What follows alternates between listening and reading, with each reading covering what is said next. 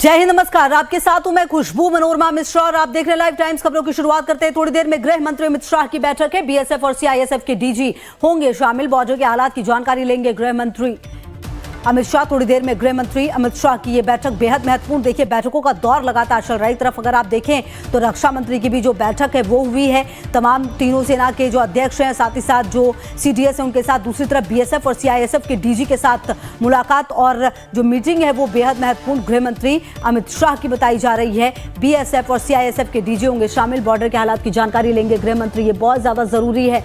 और देखिए, क्योंकि बॉर्डर पर जो हालात है वो अभी सामान्य आप नहीं कह सकते हैं, क्योंकि जब से ऑपरेशन सिंदूर लॉन्च किया है भारत ने, उसके बाद पाकिस्तान की नापाक हरकतें लगातार एलओसी पर खास करके सामने आ रही है। और जम्मू कश्मीर के साथ साथ राजस्थान और पंजाब के वो सीमावर्ती जिले जो लगते हैं पाकिस्तान से, उन जगहों पर ज्यादातर जो हिस्से हैं वहां पर कोशिश की जा रही है पाकिस्तान की तरफ से नुकसान पहुंचाने की। और ऐसे में ये मीटिंग काफी महत्वपूर्ण हो सकती है। बॉर्डर के हालात की जानकारी लेंगे गृह मंत्री। और आप देखिए कि तनाव लगातार बढ़ता हुआ नजर आ रहा है।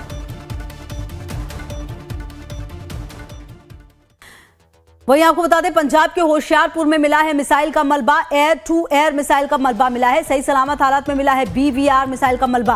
पाकिस्तानी विमान से छोड़े गए मिसाइल का जो मलबा है वो मिला है।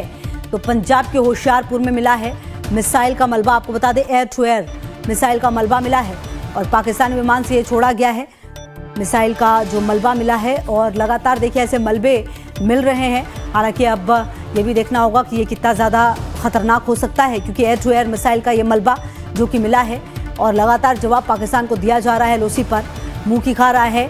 लेकिन आप देखिए कि जगह जगह पर ये मलबा, ये जो आप देख लीजिए, पाकिस्तानी विमान से छोड़े गए मिसाइल का ये मलबा है जो कि मिला है। यहाँ पर पंजाब के होशियारपुर में मिसाइल का मलबा मिला है और ये आप देख सकते हैं। तो पाकिस्तान की हरकतें जो हैं वो लगातार सामने आ रही हैं। एयर टू एयर मिसाइल का ये मलबा है जो कि मिला है। यहाँ पर पाकिस्तान जो अपनी हरकतों से बाज नहीं आ रहा। पाकिस्तान जो कि लगातार मुंह की खाने के बाद भी इस तरह के जो घटना है उसको अंजाम दे रहा है। क्योंकि देखिए, भारत ने ऑपरेशन सिंदूर के तहत पाकिस्तान के उन जगहों को खत्म किया जहां पर आतंकवाद को बढ़ावा दिया जा रहा था, जहां आतंकवादियों को पाला पोसा जा रहा था, जहां पर आतंकवादियों को ट्रेनिंग दी जाती थी। लेकिन पाकिस्तान इससे इतर उन जगहों को निशाना बना रहा है जहां पर लोग रहते हैं। उन जगहों को निशाना बनाया जा रहा है जो कि सैन्य प्रशिक्षण के लिए काम होता है। और इसीलिए जो पाकिस्तान है वो अपनी नापाक हरकतों के लिए दुनिया भर के सामने बेनकाब हो चुका है। और आपको बता दें कि बहुत संभावना है कि ये मिसाइल लॉक किया गया होगा, लेकिन असफल रहा है। और देखिए, पाकिस्तान की ये नेचर है, पाकिस्तान कुछ भी ठीक से नहीं कर सकता, ये बताता है। आप देखिए कि पाकिस्तान जो अपने ही तमाम मिसाइल को ठीक से नहीं लॉन्च कर पाता, अपने ही आप देखिए मिसाइल का मलबा कैसे छोड़ देता है। ये तो पाकिस्तान है, लेकिन पाकिस्तान है कि अपनी हरकतों से बाज नहीं आता। ये वो पाकिस्तान है जो लड़ाई लड़ने के लिए उतरा है, लेकिन देखिए पैसे नहीं है, भीख मांगता हुआ नजर आ रहा है। क्योंकि लगातार पत्र लिखे जा रहे हैं, लगातार कहा जा रहा है कि हमारी मदद कीजिए पाकिस्तान की तरफ से।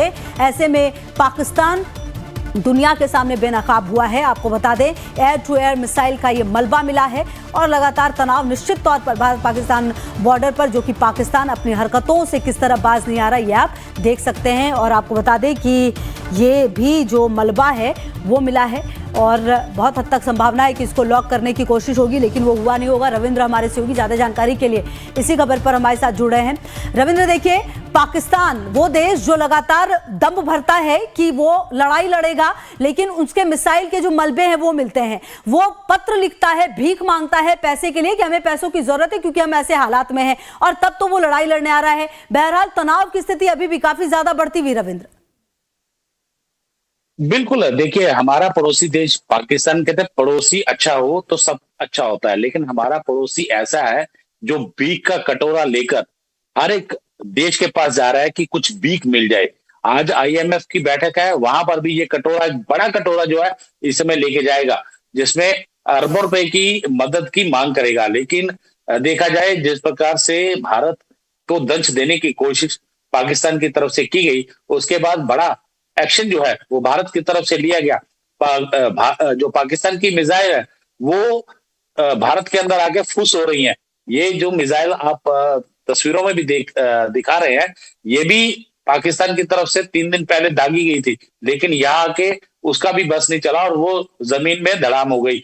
लेकिन अब जाकर एयरफोर्स के और पंजाब पुलिस के जवान जो है वो मौके पर पहुंचे, अधिकारी मौके पर पहुंचे हैं और इस मिसाइल को देखा जा रहा है कि इसको यहीं पे डिस्ट्रॉय किया जाए या फिर कहीं और पे। लेकिन यह दर्शाता है कि पाकिस्तान जिन चीजों का दम बढ़ता है, जिस चाइना के दम पर उछलता है, आज उसी के भेजे हुए हथियार जो है वो नहीं चल पा रहे हैं। यानी कहा जाए चीनी माल जो है उसकी कोई गारंटी नहीं है। पाकिस्तान को समझना होगा और अपने आतंकिस्तान जो आतंकी वहां पर पाले जा रहे हैं उनका इलाज करना होगा, ताकि खुद भी संपन्न हो और जो पड़ोसी है वो भी संपन्न हो। लेकिन फिलहाल कहा जाए पाकिस्तान पिछले लंबे अरसे से सुधरने वाला नहीं है। आतंक के नाम पर पैसा खाता है और खासतौर पर कटोरा लेकर हर देश के पास और आईएमएफ के पास लगातार जा रहा है कि हमें भीख दे दो। लेकिन भीख आज मिलती है या नहीं ये देखने वाला होगा, क्योंकि भारत की तरफ से एक कड़ी प्रतिक्रिया जो है वहां पर भी दी जाएगी कि इस आतंकिस्तान को जहां पर लगातार आतंकी फैक्ट्रियां चलती है और ये पैसा यहां पर लेकर ये फिर से आतंकियों को मुहैया करवाएगा और पड़ोसी देश में फिर से खूनी खेल करवाएगा। तो भारत की तरफ से एक कड़े प्रतिक्रिया जो है वो वहां देखने को मिलेगी। ठीक है रविंद्र, आप रहिए हमारे साथ। हमारे सहयोगी कमलेश की भी मौजूदगी अब हमारे साथ है बातचीत करने के लिए और उनसे भी हम जुड़ेंगे। कमलेश, देखिए सवाल यह है कि बैठकों का दौर लगातार चल रहा है। एक तरफ लगातार हम सुबह से बात कर रहे थे कि रक्षा मंत्री की जो बैठक है वो तीनों सेना प्रमुख के साथ साथ सीडीएस के साथ है। दूसरी तरफ ये बैठक बेहद महत्वपूर्ण, जहां गृह मंत्री जो है वो भी बैठक ले रहे हैं, बीएसएफ के तमाम बड़े ऑफिसर्स की मौजूदगी है। क्या कुछ जानकारी आपके पास कमलेश?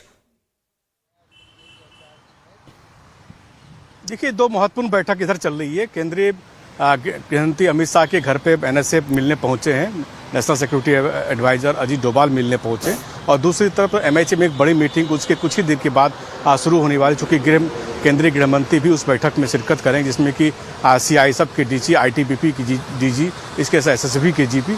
इसके निश्चित रूप से जो ये तमाम अर्धसैनिक बलों के जो अधिकारियों को बुलाया, डीजी को बुलाएगा, उसमें एक ही मुद्दा है कि किस तरह से सीमा पर चौकसी बढ़ाई जाए और पाकिस्तान के द्वारा जो दुस्साहस की कार्रवाई की रही उससे कैसे लोगों को बचाए, जान माल का नुकसान कम से कम हो, उससे इवैक्यूएशन कैसे हो, इसकी रणनीति तय करेगी। और साथ साथ एक ही खबर केंद्रीय गृह मंत्रालय को ये भी है कि इस गोलाबारी का फायदा उठाकर आतंकवादी जो है भारत में घुसने का प्रवेश कर सकते हैं, खासकर नेपाल की बॉर्डर्स की तरफ से और खासकर और दूसरा जम्मू के इलाके में। तो उस पर भी निगाहें रखनी है, नकेल रखना है कि भी इन्फ्लेटेशन को रोका जा सके, इसके लिए भी व्यवस्था करनी होगी। इसलिए ये आज की बैठक काफ़ी महत्वपूर्ण है, क्योंकि आर्मी अपना काम कर रही है और ऐसी स्थिति में जब क्रॉस फायरिंग होता है तो उसमें इस तरह के जो अतिवादी ग्रुप हैं वो अंदर घुसने का कोशिश करते हैं, अंदर घुसपैठ करने की कोशिश करते हैं और बाद में यही जो है स्लीपिंग सेल के रूप में बाद में घटना को अंजाम देते हैं। इसलिए केंद्रीय गृह मंत्रालय सख्त नज़र रख रहा है। इसलिए आज की मीटिंग काफ़ी महत्वपूर्ण है, क्योंकि तमाम जो अर्धसैनिक बल है, ये तमाम अर्धसैनिक बल जो है डिफरेंट लोकेशन 10 स्टेट जो भारत के हैं, जिसकी सीमा विदेशों से लगती है, यानी पाकिस्तान और नेपाल से लगती है, इस और ये तमाम जिम्मेदारी आईटीबीपी, सीआईएसएफ, एसएसबी के जवानों के पास है। इसलिए इन अधिकारियों को बुलाया गया कि वो आए और विस्तृत रूपरेखा केंद्रीय गृह मंत्रालय के सामने उनको पेश करना। और हो सकता है कि केंद्रीय गृह मंत्रालय के पास भी कोई सूचना हो जो उनसे साझा करनी होती है। जी ठीक है कमलेश, आप रहिए हमारे साथ। रविंद्र की भी लगातार मौजूदगी हमारे साथ। अच्छा रविंद्र, देखिए जो सीमावर्ती राज्य है, खास करके अगर जम्मू कश्मीर की हम बात करें या फिर हम बात पंजाब की करें और फिर राजस्थान की बात करें, यहाँ पर एक्स्ट्रा प्रिकॉशन लिया जा रहा है। जम्मू कश्मीर की बात करें तो कई जिलों में जो स्कूल हैं वो बंद कर दिए गए, कॉलेजेस बंद किए गए हैं, और क्या कुछ प्रिकॉशन लिया जा रहा है और अभी सुबह से लेकर अभी तक में क्या चेंजेस आप देख पा रहे हैं? जी देखिए, स्कूल और कॉलेज तो पहले ही बंद कर दिए गए थे, क्योंकि जैसे ही ऑपरेशन सिंदूर लॉन्च किया गया था और उसके बाद जिस प्रकार से बॉर्डर के ऊपर तनाव बना, तो उसके बाद एक फैसला लिया गया और सभी स्कूल जो सरकारी है, प्राइवेट हैं या फिर कॉलेज हैं, उन सभी को बंद कर दिया गया। कई जो एग्जाम होने थे उनको पोस्टपोन कर दिया गया कि आगे उनकी नई तारीख निकाली जाएगी और उनको फिर से करवाया जाएगा। लेकिन जिस प्रकार से बॉर्डर के ऊपर लगातार एलओसी हो या फिर आईबी का इलाका हो, वहां पर प्रशासनिक अमला जो है वो लगातार पहुंच रहा है और खासतौर पर जो वहां रह रहे लोग हैं उनको स्पेशली बोला गया है कि आप पीछे यानी जो पीछे बड़े स्कूल हैं वहां पर और जो सामुदायिक भवन है वहां पर उनको ठहराया गया है। यानी कहा जाए लोगों का कोई ज्यादा नुकसान ना हो, इसके लिए उनको फायरिंग की जद से बाहर निकाल दिया गया है और वहां पर उनको हर एक चीज मुहैया जो है वो करवाई जा रही है। खुद एलजी मनोज सिन्हा जो हैं वो उड़ी का दौरा कर रहे हैं। मुख्यमंत्री उमर अब्दुल्ला जो है वो जिस प्रकार से बीती रात जम्मू में अटैक करने की कोशिश जो है ड्रोन के जरिए की गई, यहाँ पर बॉर्डर पर जो हालात बने हैं, खासतौर पर पुंछ, राजौरी, मेंढर, नौशहरा, सुंदरबनी, इन इलाकों में जो हालात बने हैं वहां वो पहुंचकर जायजा लेंगे। हालांकि उससे पहले उमर अब्दुल्ला जो है वो घायलों से भी मिले हैं, वहां पहुंचकर उनको ढांढस बंधाया है कि आप चिंता न कीजिए, हमारी केंद्र सरकार और राज्य सरकार दोनों सरकारें जो है आपके साथ हैं। और हालांकि जो परिवार के सदस्य चले गए हैं उनकी भरपाई तो नहीं कर पाएंगे, लेकिन कहीं ना कहीं उनको एक भरोसा दिलाया है कि आपको किसी प्रकार की परेशानी भविष्य में नहीं होने दी जाएगी। लेकिन देखा जाए तो प्रशासन इस समय पूरी तरह से मुस्तैद है, लेकिन उससे बड़ी बात है हमारे रणबांकुरे जो हैं वो पूरी तरह से इस समय डटे हुए हैं, खड़े हैं और पाकिस्तान को करारा जवाब दे रहे हैं। बिल्कुल रविंद्र, आप रहिए हमारे साथ। अच्छा देखिए कमलेश, एक बात ये तो तय है कि जिस तरीके से कल की मीटिंग हुई थी, सर्वदलीय बैठक, और जो रक्षा मंत्री हैं राजनाथ सिंह वो जब निकले तो उन्होंने कहा कि ऑपरेशन सिंदूर जारी है। इसके साथ ही विदेश मंत्री ने भी ये कह दिया था कि हम वार नहीं करेंगे, लेकिन अगर हम पर वार किया गया तो हम छोड़ेंगे भी नहीं। ये तमाम बातें इशारा करती हैं कमलेश, और ये मीटिंग से इशारा करती हैं कि अभी ये जो चल रहा है ये अनवरत चलेगा और पाकिस्तान की जो नेचर है वो हम समझते हैं और इसी के तहत अब आगे की रणनीति पर काम किया जा रहा है।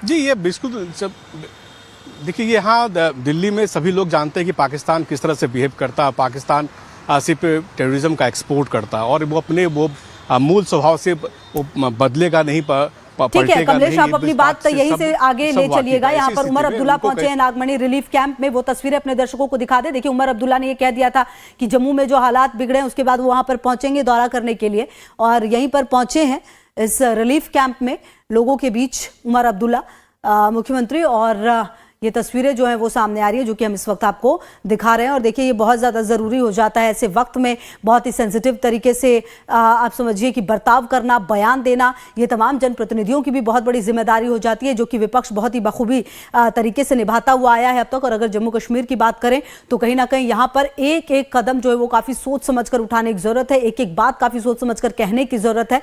और उमर अब्दुल्ला की अगर आप बात करें तो लगातार इस जो भी हुआ है पहलगाम में, उसके बाद लगातार उन्होंने ये कहा है कि जो भी होगा हम सरकार के साथ है, जो कदम सरकार की तरफ से उठाए जाएंगे उसमें हम सरकार का साथ देंगे। तो उमर अब्दुल्ला की मौजूदगी है यहाँ पर इस रिलीफ कैंप में, ये तस्वीरें सामने आ रही है। देखिए मुख्यमंत्री उमर अब्दुल्ला यहाँ पर शायद कुछ कहें भी, कोशिश होगी इसकी नागबनी राहत शिविर में मौजूदगी।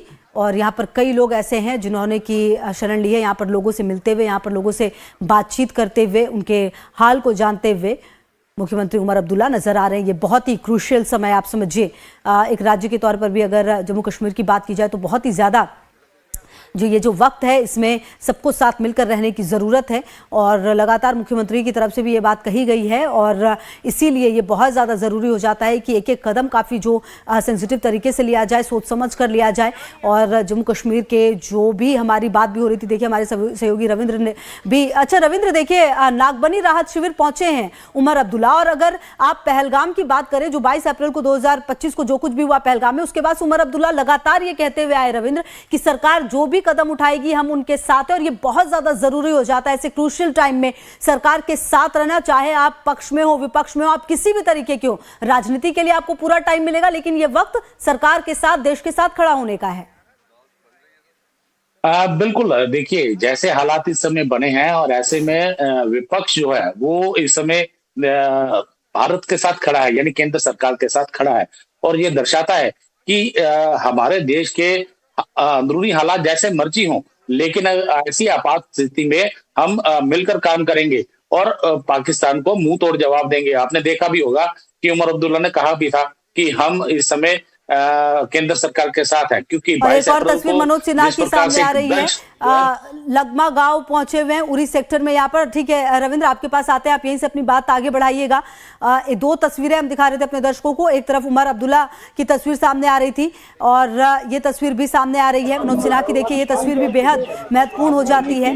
दो जनप्रतिनिधि जिन दोनों की मौजूदगी बहुत ही क्रूशियल एरिया में है, और देखिए ये बहुत ही ज्यादा जरूरी हो जाता है अपने लोगों के बीच में पहुंचना, अपनों के बीच में पहुंचना जब देश ऐसी परिस्थिति से गुजर रहा हो। और देखिए लगातार हम जवाब पाकिस्तान को दे रहे हैं, लगातार हर एक जगह से जवाब जो है वो पाकिस्तान को दिया जा रहा है उसकी नापाक हरकतों के लिए। लेकिन इस बीच जनप्रतिनिधियों का यहां पर आना पहुंचना ये अपने आप में बड़ा संदेश देता हुआ। जी रविंद्र, अपनी बात पूरी करें। और दो तस्वीरें हम लगमा गांव की भी एक दिखा रहे थे जहां पर मनोज सिन्हा पहुंचे हैं। जी बिल्कुल, देखिए हमारे जनप्रतिनिधि चाहे वो एलजी मनोज सिन्हा हो या फिर मुख्यमंत्री उमर अब्दुल्ला हो। देखिए मुख्यमंत्री उमर अब्दुल्ला जो है वो कश्मीर से यहाँ पहुंचे हैं, क्योंकि उनको पता चला जैसे ही कि यहाँ पर हालात जो हैं तो बीती रात जो है वो ड्रोन से हमला करने की कोशिश की गई है। हालांकि एलसी और आईबी पर भी लगातार लाइन ऑफ कंट्रोल हो या फिर कहा जाए आईबी का इलाका हो, यहाँ पर लगातार फायरिंग जो है पाकिस्तान की तरफ से की गई है। हालांकि भारत सेना की तरफ से बड़ा करारा जवाब जो है वो दिया गया है। लेकिन जिस प्रकार से, जैसे मैंने पहले भी कहा था कि लोगों को इवैक्यूएट कर दिया गया है और जो गोलीबारी की जद से दूर राहत शिविर जो बनाए गए हैं उन राहत शिविरों में लोगों को रखा गया है। ये नागबनी भी एक राहत शिविर है, क्योंकि जिस प्रकार से कानाचक का इलाका है या फिर परगवाल का इलाका है जहां पर पाकिस्तान की फायरिंग रेंज जो है वो वहां तक पहुंचती है, उन इलाकों से लोगों को इवैक्यूएट करके ऐसे ही राहत शिविरों में पहुंचाया गया है ताकि लोगों को एक राहत मिल पाए। लोग जो है, हालांकि जो परिवार के सदस्य तो आ चुके हैं और जो कहा जाए बाल मवेशी हैं वो अभी भी वहीं पर हैं, यानी जो किसान परिवार है वो ज्यादातर बॉर्डर पे रहते हैं। तो ऐसे में एक एक परिवार का सदस्य जो है वो वहां पर है और खुद उमर अब्दुल्ला जो है यहाँ पहुंचे हैं। और दूसरी तरफ अगर देखा जाए तो एलजी मनोज सिन्हा भी उड़ी पहुंचे हैं और वहां पर जाकर पूरे हालात का जायजा ले रहे हैं कि आखिरकार पाकिस्तान की तरफ से जो फायरिंग की गई है उसमें कितना नुकसान हुआ है, कि किन किन लोगों को चोटें जो पहुंची हैं उनका भी उन घायलों का हाल भी जानेंगे। लेकिन जिस प्रकार से मुख्यमंत्री यहाँ पहुंचे थे उसके बाद वो पहुंचे जीएमसी और यहाँ पहुंचकर उन्होंने घायलों का हाल जाना और उनको एक ढांढस बताया। इसी प्रकार एलजी मनोज सिन्हा भी उड़ी पहुंचे और पूरे हालात का जायजा ले रहे हैं। प्रशासनिक अमला उनके साथ है, उनसे एक एक पल की एक एक जानकारी जो है वो ले रहे हैं कि आखिरकार यहाँ कितना नुकसान हुआ है और अब जो लोग उड़ी में रहते थे उनको कहाँ इवैक्यूएट किया गया है। उनके पास एलजी मनोज सिन्हा जाएंगे, उनसे भी मुलाकात करेंगे। जी बिल्कुल। और रविंद्र देखिए लगातार हम तस्वीरें भी अपने दर्शकों को दिखा रहे हैं, बहुत ज़्यादा महत्वपूर्ण तस्वीरें हैं। और रविंद्र ये भी समझना होगा कि जम्मू कश्मीर की अगर हम बात करते हैं तो यहाँ पर पहले भी वैसे बहुत प्रिकॉशन लिया जाता है, लेकिन जिस तरह से पाकिस्तान। अच्छा रविंद्र ये बताइए कि क्या अभी भी जो आवाज़ वगैरह है वो आ रही है, क्योंकि रात भर जिस तरह से यहाँ पर पाकिस्तान ने हरकतें की हैं, क्या वो अभी बिल्कुल शांत हो गया है या फिर अभी भी वहाँ से आवाज़ें आ रही हैं, वहाँ से कुछ हरकतें हो रही हैं अभी? देखिए, अगर जम्मू की हम बात करें तो जम्मू में फिलहाल शांति है, लेकिन अगर हम राजौरी या नौशहरा की बात करते हैं तो वहां पर 11 साढ़े 11 बजे तक फायरिंग जो है वो होती रही है। भारी गोलाबारी जो है वो देखने को मिली है। भारतीय सेना वहां भी जवाब दे रही है, क्योंकि साफ दिशा निर्देश है कि पाकिस्तान को किसी भी कीमत पर बख्शा ना जाए। और यही वजह है कि हमारे सेना के जवान, हमारे सेना के अधिकारी लगातार पाकिस्तान को करारा जवाब दे रहे हैं। आपने देखा भी होगा, हमने लगातार तस्वीरें जो हैं वो आपको दिखाई भी थी, दर्शकों को दिखाई थी। और खासतौर पर कहा जाए तो बीती रात जिस प्रकार से ड्रोन के जरिए जो करीब 50 के करीब ड्रोन थे जो उनसे और मिसाइलों से हमला करने की कोशिश की गई, लेकिन हमारे एयर डिफेंस सिस्टम ने उनको सभी मिसाइल और ड्रोन को धराशायी जो है वो कर दिया। लेकिन अब जिस प्रकार से हालात बने हैं तो जो जनप्रतिनिधि हैं ये उनका एक फर्ज बन जाता है कि लोगों के बीच में जाए। और यही वजह है कि जो एलजी मनोज सिन्हा है या फिर मुख्यमंत्री उमर अब्दुल्ला है या फिर बाकी के जनप्रतिनिधि हैं जो जिनको लोगों ने चुना है, वो अपने अपने इलाके में जाएंगे और वहां पर हालातों का जायजा लेंगे और लोगों को ढांढस बनाएंगे कि हम लोग आपके साथ हैं, आपको चिंता करने की जरूरत नहीं है। लेकिन इस समय जो हालात बने हुए हैं, क्योंकि आज की रात भी अगर देखा जाए तो काफी भारी होने वाली है। पाकिस्तान की मंशा पर हम कभी भी भरोसा नहीं कर सकते हैं, क्योंकि पाकिस्तान लगातार पीठ में छुरा घोंपने का काम करता रहा है। 99 की जब कारगिल वार हुई थी तब भी पीठ में छुरा घोंपने का काम किया था, लेकिन जब पाकिस्तान की सेना के पास भारतीय सेना पहुंची तो वो वहां से भाग खड़े हुए थे। आपने देखा होगा कि पूरा कारगिल जो था, कारगिल फतेह जो है वो हमने की थी, लेकिन जिस प्रकार से लगातार 22 अप्रैल को एक दंश देने की कोशिश जो है वो की गई, 26 लोगों की जान जो है वो पाकिस्तान की आतंकी फैक्ट्रियों में पल रहे आतंकियों ने ली थी। उसके बाद एक कड़ा जवाब जो है वो भारत की तरफ से दिया गया और लगातार दे भी रहा है भारत। अगर पाकिस्तान नहीं सुधरा तो पाकिस्तान को मिटा दिया जाएगा, यानी कहा जाए तो पाकिस्तान के 3 टुकड़े होना लगभग तय है। एक तरफ हम बलोच आर्मी की बात करें तो बलोच आर्मी जो है वो पाकिस्तान को लगातार पाकिस्तान के आर्मी के जवान जो है उनको मार रही है, और दूसरी तरफ कहा जाए तो भारत इस समय जो है पीओके लेने की पूरी चाहत रखे हुए है। अगर पाकिस्तान नहीं माना तो दिन दूर नहीं है जब हम पीओके वापस ले लेंगे। और दूसरी तरफ मैं आपको बताऊं, एक तरफ मोर्चे पर जो है वो सेना लड़ रही है, लेकिन दूसरी तरफ पाकिस्तान को अब डुबो के मारने के भी भारत जो है पहल कर रहा है, क्योंकि सलाल और बगलिहार बांध जो है उनके डैम खोल दिए गए हैं और पाकिस्तान में इस कदर बाढ़ आई है कि पाकिस्तान का अब बचना नामुमकिन है। एक तरफ हमारी भारतीय सेना और दूसरी तरफ हम पानी से अब डुबो के मारेंगे। जी बिल्कुल, आप ये बात जो रविंद्र कह रही है बिल्कुल सही बात है। एक तरफ तो देखिए भारतीय सेना है जो तमाम हरकतें पाकिस्तान कर रहा है उसका जवाब दिया जा रहा है, दूसरी तरफ हम हर रणनीतिक तौर पर भी मात दे रहे हैं। और एक बात ये भी है रविंद्र, जो आपने जिक्र किया बलूच लिबरेशन आर्मी, बलूचिस्तान की मांग लगातार उठ रही है और आज तो बलूच लिबरेशन आर्मी ने शायद ये खबर भी सामने आई कि अपने आप को स्वतंत्र घोषित कर दिया है। तो कहीं ना कहीं ये जानकारियां भी सामने आती हैं, इसीलिए पाकिस्तान अपने अंदर खाने ही सब कुछ ठीक नहीं कर पा रहा। लेकिन आप उसकी हिमाकत देखिए कि किस तरह से बॉर्डर पर हरकत कर रहा है, वो भी तब जब हमने सिर्फ उन जगहों को खत्म किया ऑपरेशन सिंदूर के तहत जहां से आतंकवादियों को पनाह दी जा रही थी, जहां से आतंकवादियों को ट्रेनिंग दी जा रही थी। इस बात से पाकिस्तान को अगर इतनी मिर्ची लगी और इस तरह की वो हरकतें कर रहा है तो उसका चेहरा जो है वो दुनिया के सामने है। बिल्कुल, देखिए दुनिया के सामने पाकिस्तान का चेहरा जो है एक्सपोज हो चुका है, क्योंकि पाकिस्तान के अंदर सबको पता है कि ओसामा बिन लादेन जो था अमेरिका ने पाकिस्तान के अंदर घुस के मारा। और खासतौर पर कहा जाए तो अभी भी आतंकी फैक्ट्रियां जो है जिनको भारतीय सेना ने, भारतीय वायु सेना ने डिस्ट्रॉय किया है, यानी वहां पर टारगेट किया है, और वहां खासतौर पर मुरीद के ले ले या फिर बाकी बहावलपुर ले ले और बाकी के जो पीओके के अंदर जो टेरर कैंप चल रहे थे उनको निशाना बनाया गया है। हालांकि ना ही भारत ने किसी आर्मी ठिकाने को निशाना बनाया है और ना ही आम लोगों को निशाना बनाया है, लेकिन पाकिस्तान उन आतंकियों को पाल रहा है और उन आतंकियों का दर्द उसके दिल में साफ नजर आ रहा है। और यही वजह है कि पाकिस्तान के अंदर जब आतंकी मारे गए तो उसका दुख इस कदर उसको लगा कि वहां उनके जनाजों में जाकर उसने फातिहा पढ़ी, और साथ ही में यहाँ पर भारत के अंदर जो है नागरिकों को निशाना बना रहा है। तो पाकिस्तान को सोचना होगा कि भारत अब पहले वाला भारत नहीं रहा है, एक मजबूत भारत है। और यहाँ पर देश के प्रधानमंत्री नरेंद्र मोदी हो तो पाकिस्तान को 10 बार सोचना चाहिए कि क्या ऐसा कदम अगर उठाएगा तो पाकिस्तान को हर खाने चित करने की क्षमता जो है वो भारत रखता है। जी बिल्कुल रविंद्र, ये बात आप सही कह रहे हैं कि ये बात अब पाकिस्तान को सोचना होगा कि ये पहले वाला भारत नहीं। और आप देखिए कि जिस तरह की एकजुटता रविंद्र पूरे देश में दिखाई गई है, चाहे वो लोगों की तरफ से हो अपने सेना के लिए या फिर जो तमाम जनप्रतिनिधि हैं उनकी तरफ से, इनफैक्ट विपक्ष में जो लोग हैं, तो कहीं ना कहीं मोरल सपोर्ट तो है ही। और दूसरी तरफ ये आधुनिक भारत है। आप देखिए कि जितने भी ड्रोन और मिसाइल पाकिस्तान की तरफ से दिए गए हमने उसे S-400 से ही खत्म कर दिया। अभी तो हमारे पास इतनी सारी चीजें बाकी है, लेकिन शुरुआत में S-400 ही इतना कारगर निकला कि हमने उसी से तमाम चीजें खत्म कर दी। अभी भी पाकिस्तान को सबक ले लेने की जरूरत है। बिल्कुल, देखिए पाकिस्तान को सबक लेने की जरूरत है, लेकिन पाकिस्तान सबक लेगा नहीं जब तक उसकी कमर को तोड़ा नहीं जाएगा।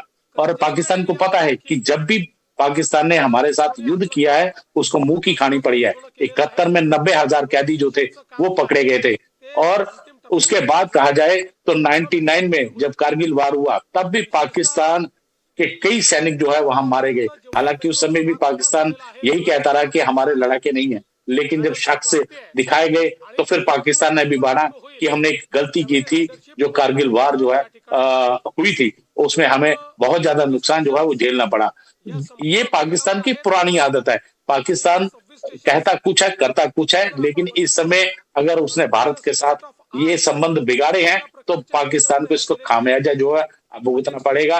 बीती रात भी जिस प्रकार से ड्रोन से हमला करने की कोशिश की गई, भारत की टेक्नोलॉजी जो है इस समय काफी ज्यादा एडवांस है। S-400 जो है उसके वायुसेना प्रणाली जो है इतनी ज्यादा मजबूत है कि आपने देखा कि यहाँ 50 से ज्यादा ड्रोन जो है वो पंजाब हो या फिर जम्मू कश्मीर हो या फिर राजस्थान के इलाके में हो, वहां पर भेजे गए और उन्हीं प्रणाली के जरिए जो ड्रोन थे और या मिसाइल थी उनको ध्वस्त किया गया। तो ये दर्शाता है कि पाकिस्तान को हर खाने मुंह की खानी पड़ेगी।